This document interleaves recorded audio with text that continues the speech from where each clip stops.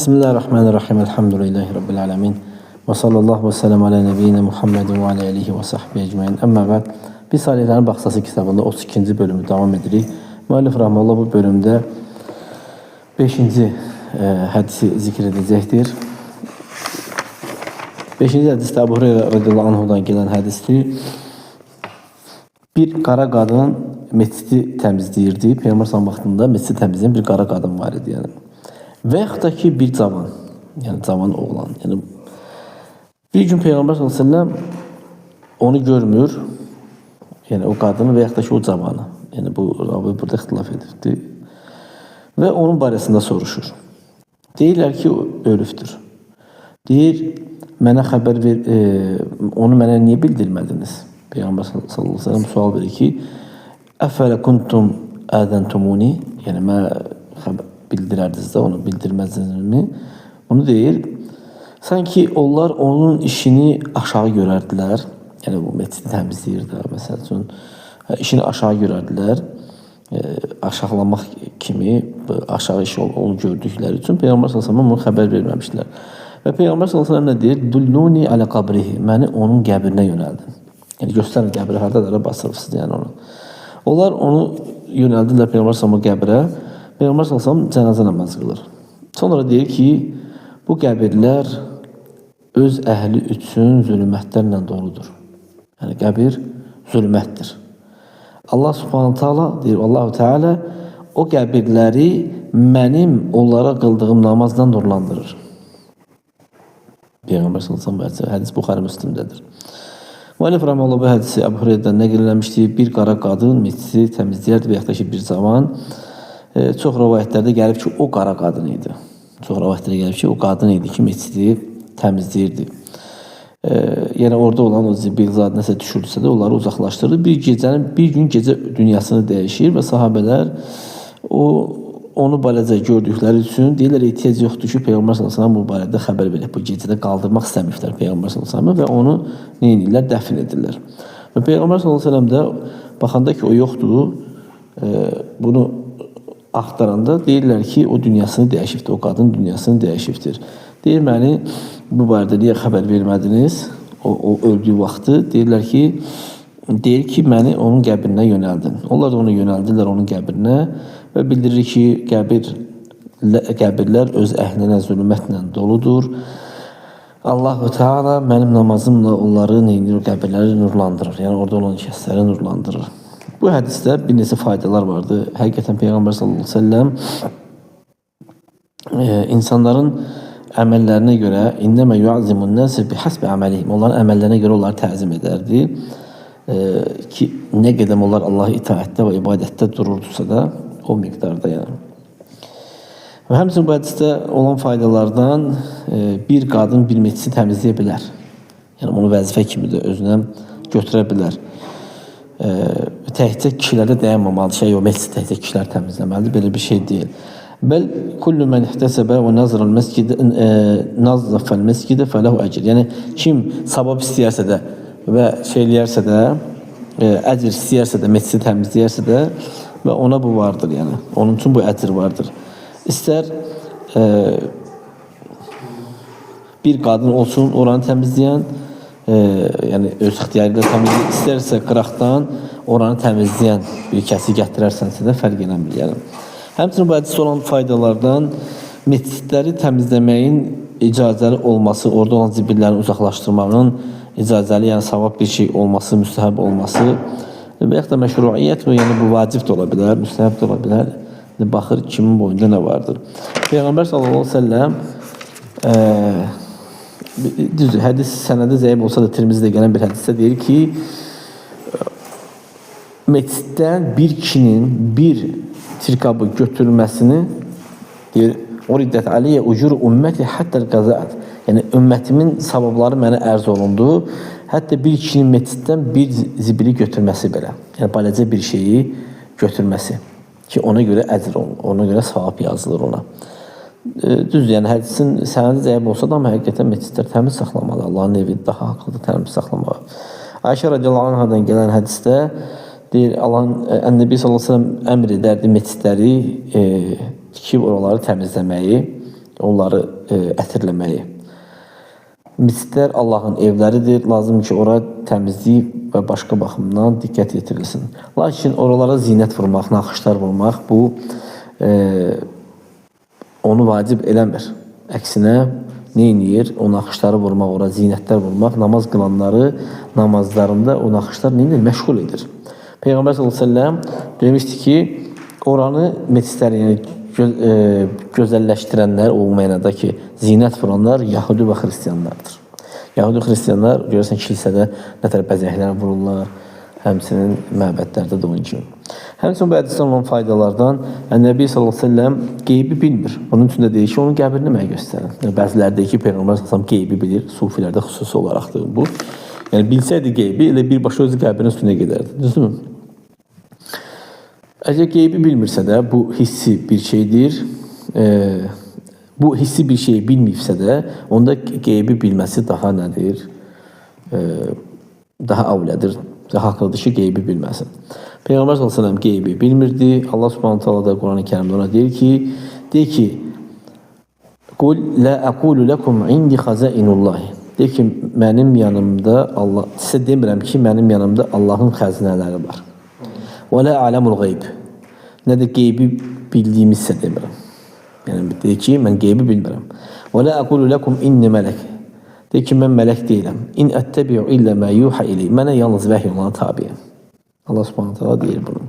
Ki, Ən'am surəsi 50-ci ayədə. Başqa ayədə Allah ta'ala deyir ki, Muhammed s.ə.v ki, de. Qul la əmliku li nəfsi nəf'an və la darran illə mə şə'allah. Deyir, Allah istədiyindən başqa öz nəfsimə nə bir zərər, nə fayda verə bilmərəm. Verməyə malik deyiləm.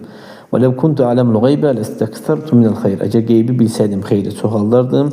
Və mə məssənniyə su'in ənə illə nəzirun və bəşirun li qavmin yu'minun. Mən yalnız iman gətirən qövm üçün qorxudan və müjdə verən bir nəyəm?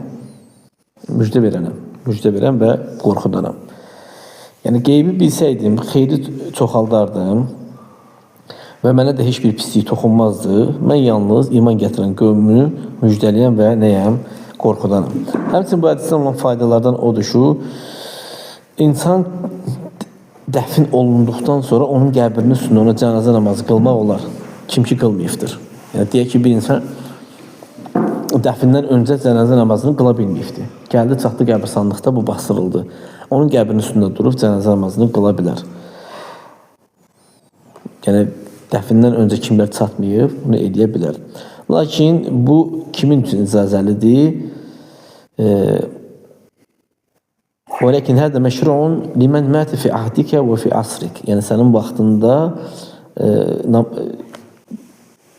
sən belə deyək də yaşadığın vaxtı baş veribdir. Üstündən bir həftə keçib, 5 gün keçib, 10 gün keçib, 1 ay keçib sənin vaxtındadır və sənin yaşadığın yerdədir. Yəni sən deyəmərsən ki, mən bir 5 il bundan qabaq falan keçib cənazə namazı qılmaq, gerim qəbrin üstündə durum, qəbirstanlıqda cəmaatda cənazə namazı qılım, belə deyir yəni.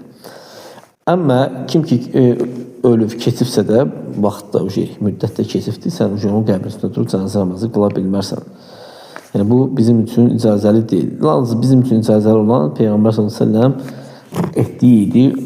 Durur, görəndə ki, o qadın dünyasını dəyişibdir, soruşur ki, hanı, deyirlər, ölübdür, deyir, qəbrini göstərin, gedir o qəbrin üstündə durur, cənazə namazı qılır. Yəni, az bir vaxt idi. Nə biz gedib indi Peyğəmbər s.ə.v qəbrin üstündə durub ona cənazə namazı qılanmarıq, nə Əbu Bəkirin, nə Ömərin, nə Osmanın, nə də bunlardan başqa olan sahabələrin, nə də ki, alimlərin. Ki, biz onlara cənazə namazı qılmamışıq, gedib onlara cənazə namazı qılaq, belə eləyənməli. Cənazə namazı sənin vaxtında, yəni yaşadığın yerdə, yaşadığın mühitdə bir insan əgər ölərsə də İzə mətəl insanu qablə 30 sənə və umruka 30 sənə fənnəkə lə tusalli aleyhi salətəl meyyid. Yəni, deyək ki, sən balacaydın, cənazə namazı qılmışsın, 30 il bundan qabaq kimsə ölüb. İndi sən də böyükümsən, 30 yaşın var, deysən, gedin falan kesin cənazə namazı qılım. Yəni, bunu eləyənmərsən. Çünki sən yaradılmamışdan qabaq o dünyasını dəyişmişdi. Yəni, sən dünyaya gəlməmişdən qabaq dünyasını dəyişmişdi. Yaxşı. Amma kim ki ölərsə də, sən onun və əntə qad kunta min əhli salət və sən namaz qılmaq sənin üçün vacibdir, hətta buluqsan da, sənin yaxınlarından biridir. İstəyirsən ki, ona cənazə qılmaq, qıla bilərsən, yaxınlarından olmalıdır. Yəni, 1 ay keçsə də, 2 ay keçsə də, 1 il keçsə belə, deyək ki, qılmayıbsan. Atandır, anandır, əmindir, dayındır, kimsə də yaxındır. Qılmırsansa gedib qıla bilərsən.